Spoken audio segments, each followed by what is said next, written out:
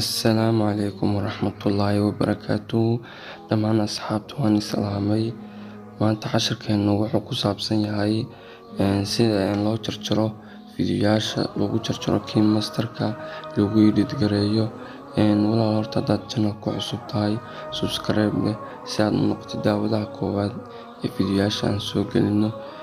Naguna dhiirigeli like-ta, share-ta, siina share galee walaal. Casharkeen ayaan guda galanaa.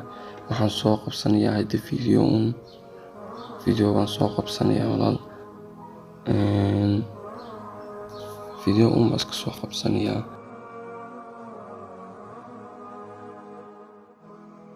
Video waxaan saan u jarjarayo ka koowaad ayaan tagayaa.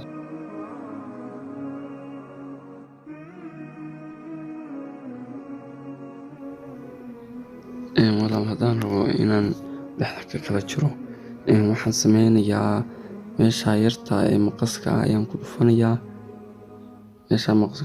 Haddaan rabo inaan dhexda ka kala jiro, midda dhexe oo last ku sawiran tahay ayaan ku dhufanayaa. Hadda videoga waa ii kala jarmay. Haddaan rabo inaad geeska dhan aan iska jaro, midaas ku dhufanayaa. Geeska dhan haddaan u baahnayn waa iska jari karaa. Haddii kan kale aad rabtid inaad iska jartidna, kan kale ku dhufanaysaa walaal. Hadda videoga waxaan u baahanahay inaan dhexda bas ka jaro.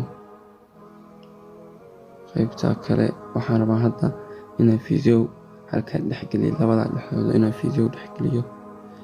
Video baan soo qaadanayaa si aan labada meelood dhexdooda aan u geliyo.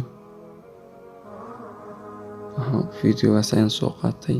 Hadda walaal fiiri, videoga wixii dhan waa isleeyihiin.